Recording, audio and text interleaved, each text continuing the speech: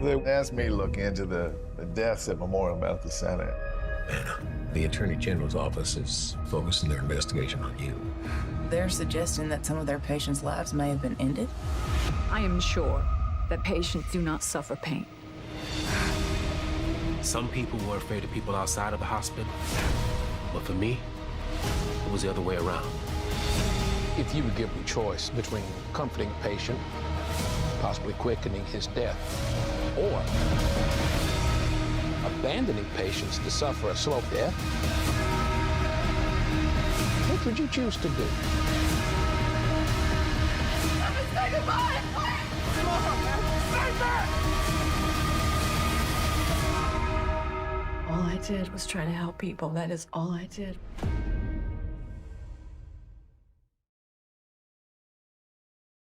Good afternoon and welcome to Capehart on Washington Post Live. I am Jonathan Capehart, associate editor at the Washington Post. 5 Days at Memorial is the latest in the canon of spectacular movies and series that document the many horrors that flowed from the aftermath of Hurricane Katrina in 2005. The 8-part Apple TV Plus series chronicles the awful events that led to the deaths of 45 patients at Memorial Hospital in New Orleans. It is a harrowing story told with edge-of-your-seat urgency and wonderfully acted by an incredible roster of actors. And joining me now are two of its stars, Vera Farmiga and Cherry Jones. Vera, Cherry, welcome to Capehart on Washington Post Live. Thank you, Jonathan. Hello, Cherry. Hello, Jonathan. Vera. Hi, my sweet. Okay, so look, when we do these interviews, we either get the copy of the book or we get a link to the thing, and then you might look at it for a little bit and then you move into preparing. I figured I'd watch the first episode. I watched 6 in a row until I was too tired last night and then finished the last 2 20 minutes ago. It is an incredible story and incredibly done. Vera, I want to start with you. As we saw in the trailer, and as I said in the intro, 45 patients died at Memorial Hospital. Real quickly, explain what happened that led to this tragedy. Okay, well, in a nutshell, what led to this tragedy, it was a series of failures on every level of government and bureaucratic position. I think you could take this back down to the way the levees were built, right? To just put a tail on one person and say this is all your fault. There's so many things that went wrong.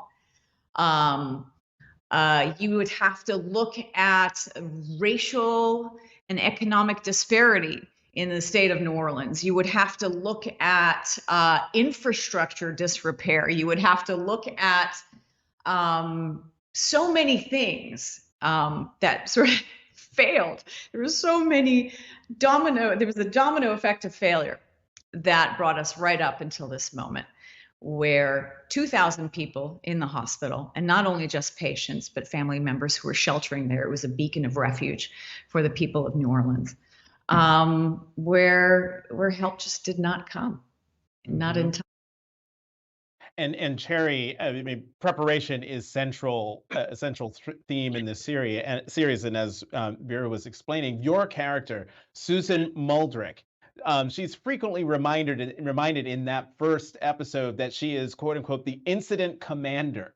But how does she deal with the hospital's lack of preparation for the storm? Well, and I want to say that her name is Susan Muldrick. You pronounced it the same way John Ripley pronounced it until we all corrected him. So, but Susan was on the emergency committee panel, and the one thing that they did not plan for was the hospital flooding while the patients were still in the hospital. I think they always thought they would be prepared to get people out before a major flooding event. And And so she was as surprised as anyone that was the one thing that wasn't in there. And I've always wondered if it was because it seemed too um, what it was too great a problem to try to solve. Um, Hmm. yeah, I can't. I know my heart goes out to all of those people, but especially those who were uh, every second of that disaster in charge of saving every life they could and not having the tools they needed to do it. Yeah, And in fact, we see in, I can't remember if it was the end of the first or end of the second episode, they survived the actual hurricane. beautifully. They survived Katrina. It was when the levee broke and the waters start flooding the city is when all hell broke loose. Vera, it is interesting that you say you can't pin it on any one person or any one thing. Your character, Dr. Ann Poe, is the focal point. When we first meet her at the hospital, she says to fellow staffers that she, quote, rather be here than not. Talk about her mindset from day one to day five. Sure.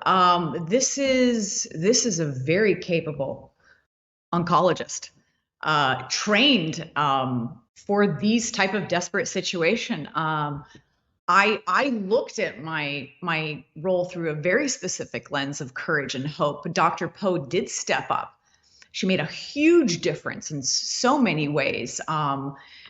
She exhibited incredible leadership from right out of the gates. She was excused, made to go home, but that's just not who she is.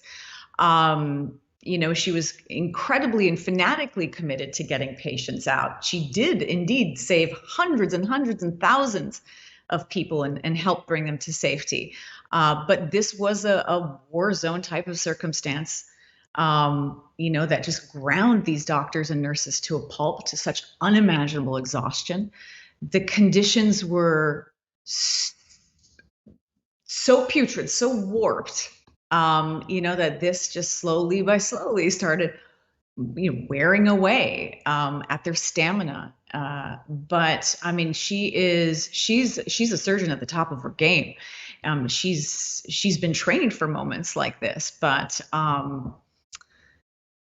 it was just extreme duress. Mhm. I just want to jump in here because you said it was wearing at their stamina, the stamina of the staff. Would you say that it was also wearing at their judgment? I think so. I think, look, she is an esteemed surgeon. By all accounts, she's a truly amazing doctor, beloved by her patient. I wanted to exhibit that, but I think what I had to do, you have to consider all of these things that chipped away at the strength, at the stamina. And when you consider, and this was, to putting the audience in Anna's shoes and setting that temperature. This was 105 degree and counting temperatures. The dementia of lack of sleep. 5 days of not. I mean, we all know what it's like when we've missed several hours of sleep. I mean, but to go through that debilitating heat, you cannot work. The electricity is gone, so that means ventilators aren't working. That means there's a whole series of things that she has to rise up above. But I think the biggest thing, keeping tabs on the emotional, the stress, the emotional, the mental, the physical stress of the heat, the putrid, the quality of the air, very little food, very little water, the disappointment of knowing that nobody is coming to rescue you, the grave disappointment,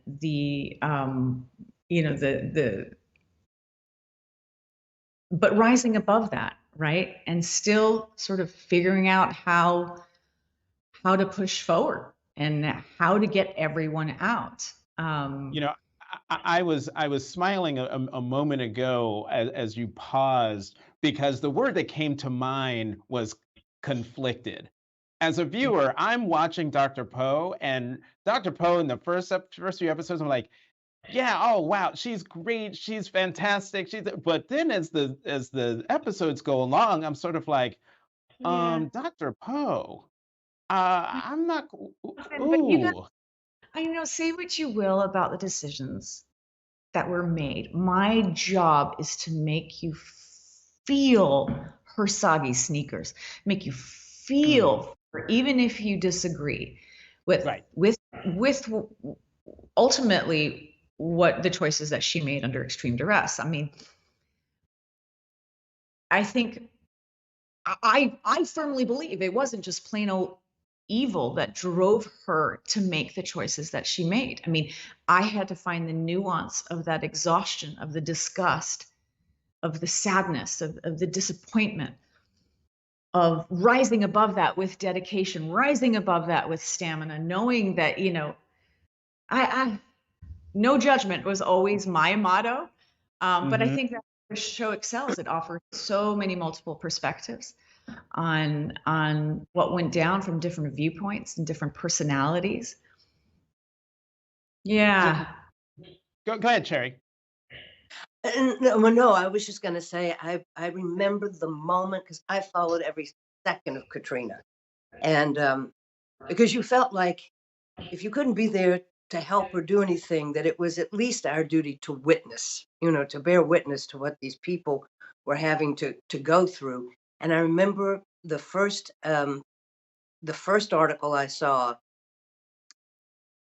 about the bodies that had been found, and that already there were aspersions being cast against doctors and nurses. My first response, just having watched night after night the horror of that disaster, was, oh my God, and now these doctors and nurses are going to have to go through this. Because, the I, you know, we're not really supposed to talk about our own personal feelings about it. But, it just comes down to what people consider humane. What is humane? It just comes Mm-hmm. down to that. And every single human being has a different uh, um, feeling of what that means. And And go go ahead. ahead. Finish, no, finish your thought, Cherry. Well, that was really the end of it. That's if that's to me, that's what this whole thing, in terms of our stories, the people we are tasked with portraying. That's what it came down at the end of the day, and what they all had to walk away with, feeling, having been put in this hideous position of making decisions. They did, I do believe, what they thought was humane. And I think that's a great word because it sort of zeroes in on where my head is at right now in thinking about what I had just witnessed. Hmm. And really feeling, I mean, conflicted, not just about Dr. Poe, but about what would I have done? I mean, I could be all high and mighty and righteous, self-righteous, Hmm. sitting in my office in Washington, watching, these decisions are being made. But in real time, who's to say that that same mindset would be at play if I were in Dr. Poe's soggy sneakers? Cherry, you've said that this show is about issues, quote, smacking us in the face right now, from healthcare to climate change to racial injustice. What do you want viewers to take away from the series about how those issues come together or came together in New Orleans? Well, I'll tell you, when I got the call about this, it was the fall of 2020. And we had all been banging our pots and cheering our healthcare workers through that spring and into that summer. But by autumn, we started to realize that our healthcare workers were now uh, almost disposable commodities, uh, because there was the lack of respect. And I guess what I think most everyone in the world feels now is that the grown-ups have left the room, and we are left with decisions that require grit and commitment and resources that so few of our leaders want to give. And it's not just our leaders, because our leaders are put there by us. And until the people of the world get together on these different issues, Katrina, New Orleans, everything will continue. Climate disasters, human-made disasters, all of that's going to keep happening until, I keep looking to this next generation that we've left with all of these catastrophes in the making, and just hoping and praying that those young people will first someday forgive us, and will be able to start making the hard decisions that for generations we have not been able to make. Vera, what do you think? Yes, sir. I think that, you know, I, I think this story to me, and what touches me about the story, is that it is a parable of love and compassion and kindness. It shines a spotlight on these exceptional human beings. These in society are healthcare workers. They're just the best breed of Homo sapien. They operate with capital E empathy, dedication, and bravery. And I do think that it's not an easy tale to receive. This story, it's tough watching calamity movies, especially when we can turn on the TV, and we can every other day there's a fire, earthquake, there's something going on. It's just, but any story that draws attention and investigates climate crisis and looks into this tired, agitated, depleted Lady Earth our children are inheriting. I just hope that people have a compassion for what these poor people went through, their families, the people who lost everything, the people who continue to lose everything. And that it is ultimately a story that exhibits human perseverance and compassion and kindness. And it takes a good look at the notion of how do we come together next time disaster unfolds? How do we ensure more compassion? How do we ensure more empathy and preparedness? On a daily basis, even. Like how are we individually doing that on a daily basis? How are we spreading light and love in dark moments? Let's widen the aperture a bit, because you're more than this series. And Cherry, I mean, my favorite of all the roles you've done, and don't judge me for this, my favorite is you as Linus's mom in Ocean's 12, when you swoop in and save them. But whether it's 24, The Handmaid's Tale, or Succession, are you drawn to art that has some kind of social and political underpinning? Oh, yes. Yes, yes, yes. I just find it the most interesting of stories. I've always sort of joked that I don't really play many married ladies because, historically, if you're playing a married lady, it's all about the marriage or your husband. And so I've ended up playing a lot of women who've never been married. And I find it, I do like stories with social worth, and that, I think every actor feels this way. We like to do things that make people feel less alone, whether it's comedy or tragedy. And so I've had a lot of fun with all the women I've got to climb into. I'll tell you that much. I want to stick with you. I want to stick with you for a moment here, Cherry, because you grew up in a small town in Tennessee and came out to your parents in your 20s. The number of young people who identify as LGBTQ is higher than ever before. 2 out of 3 people on this screen are out LGBT folks, which is spectacular. But I would love to get your thoughts as an elder, because I'm, apparently now an elder too. Where do you see, how do you view this moment that we're in? I mean, we're just off that horrible mass shooting at Club Q, not to mention all of the anti-trans and anti-LGBTQ rhetoric and legislation that's propped up all around the country. Oh, Jonathan, it's We don't have enough well time, in the right? No, we don't. But I will say that I remember the first time I heard the word gay marriage was on the floor of the Senate, and it came out of the mouth of Bob Dole. Believe it or not, that was the first time I ever heard that expression. And of course it was in a disparaging tone. But I remember thinking we should just go for civil unions. That's the most we can ever hope for. We'll get it more quickly. And I was so proud of the community that we held out for gay marriage, and thanks to uh, Supreme Court Justice Kennedy, actually, Kennedy. we have that. Um, and that the fact that the Senate and the House was able to codify. I mean, it does. You can still states can. Jonathan Capehart, please explain this to me. The states can still. Right. I work every Friday Right. night. The states can still say that there can't be gay marriage, but they have Right. to acknowledge, yeah. Because I think people Right. think that yesterday they made it legal for everyone across the country to get married in any state, but that's not at all what it was.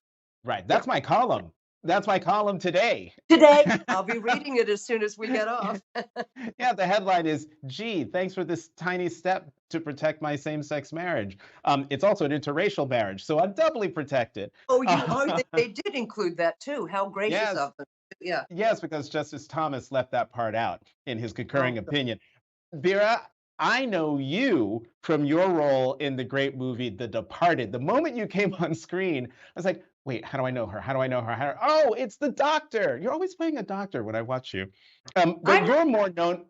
But you're more known for horror roles, which is why I haven't seen you in all of your roles. I mean, you were Norma Bates in Bates Motel. You were Lorraine Warren in The Conjuring. These are films that I'm too much of a squish to watch them. I'm too scared. And then there's a Conjuring 4, that movie that's in the works. What attracts you to those characters?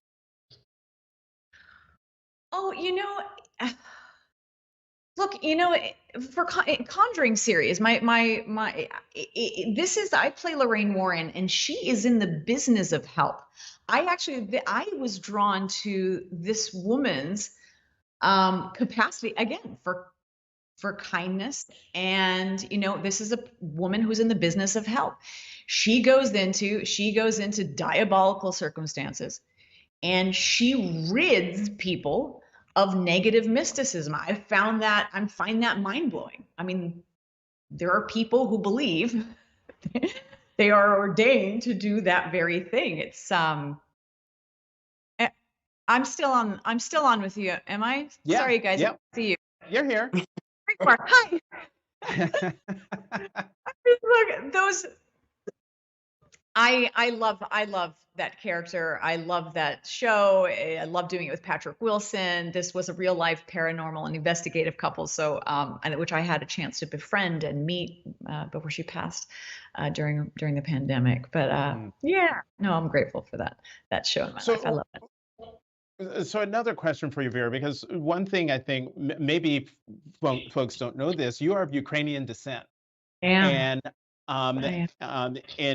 you're also a singer, and I'm wondering what message would you like to convey through your musical performances to the people of Ukraine?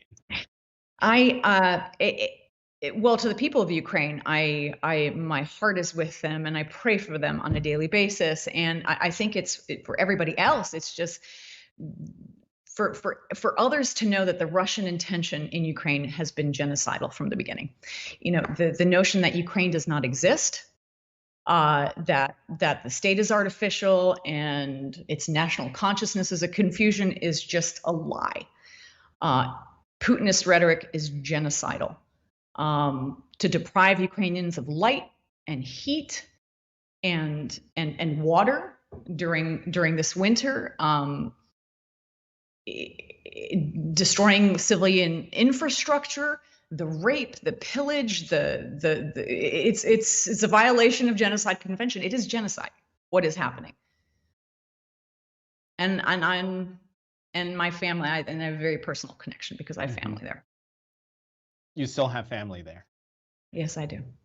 Have you heard from them? Are they We are relatively okay? they're not okay. They're distraught and they're suffering and they are fighting to the death. They will not give up their identity. Ukrainians are Ukrainians. They are not Russians. They don't want to be Russians. And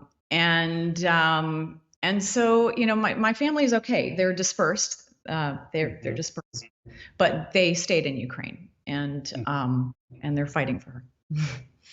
Well, we will keep thinking of them as we do the people of Ukraine, the same as you, every day since Russia invaded. Hey, Cherry, you won an Emmy for your role as Nan Pierce in Succession, whom you say described as a quote wannabe Catherine Graham or Kay Graham or Mrs. Graham, as we call her here, still at the Washington Post. What can we expect from Nan Pierce in the next season of Succession? Well, as you can imagine, I can't say a thing. Not even a little morsel? Well, I guess I can say what is known about Succession. No one is completely clean. And I will tell you that Frank Rich, when I said to him, who was a producer, the great Frank Rich from that Yes. other paper, Other paper. that other gray lady, when I said to him when I read the script, I said, "Is she sort of a wannabe Catherine Graham?" And he said, "She's a bus and truck Catherine Graham." And if you know anything about the theater, that is not a compliment. Hey, Vera, we've got, I mean, I could talk to you, both of you, for hours, but we only have like 2 minutes left. So, Vera, before we go, I mean, between Apple TV, Netflix, Disney Plus, and all of the streaming platforms, I'm wondering, has streaming opened up more multidimensional roles for women in Hollywood today, do you think? Streaming specifically, I think women have opened up more opportunities for women. I think it's just, I think we've just claimed that we've claimed it for ourselves. Right now, I'm developing. I'm not seeing, no matter what I've done, no matter what the resume holds, I'm not seeing the kind of roles that I want to play. So I'm developing them for myself. We just got to take the reins on this stuff. And when there's more parity, in the writing circles, in the producing circles, and distribution circles, then we'll see more stories that we can recognize ourselves in. Mm-hmm. Cherry, what do you think? Because you span the small screen, the big screen, but also the stage.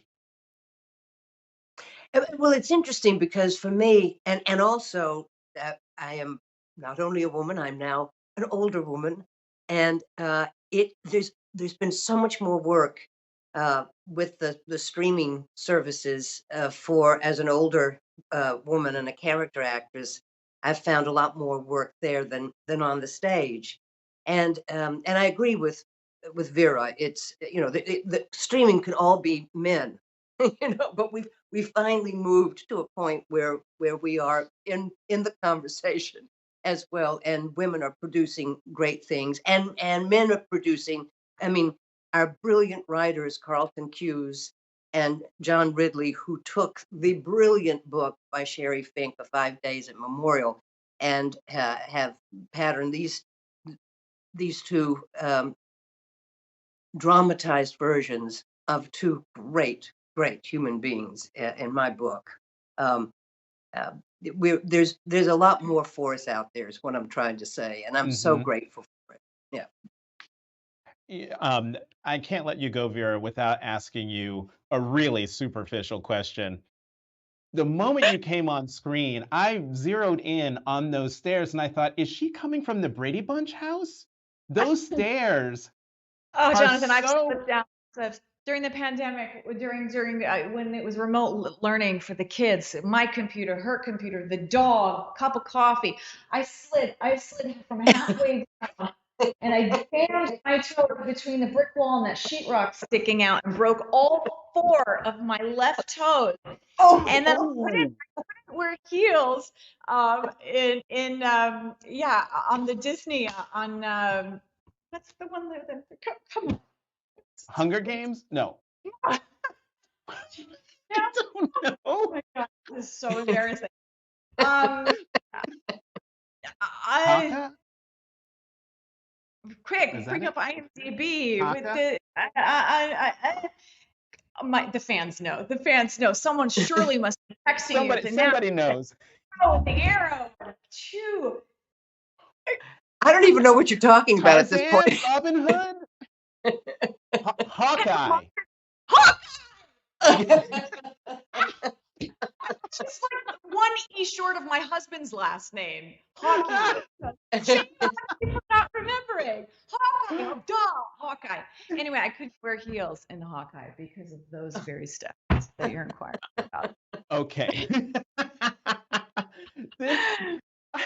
This has been just superb. Vera Farmiga, Cherry Jones, stars of the Apple TV Plus series 5 Days at Memorial. Thank you so much for coming to Capehart on Washington Post Live.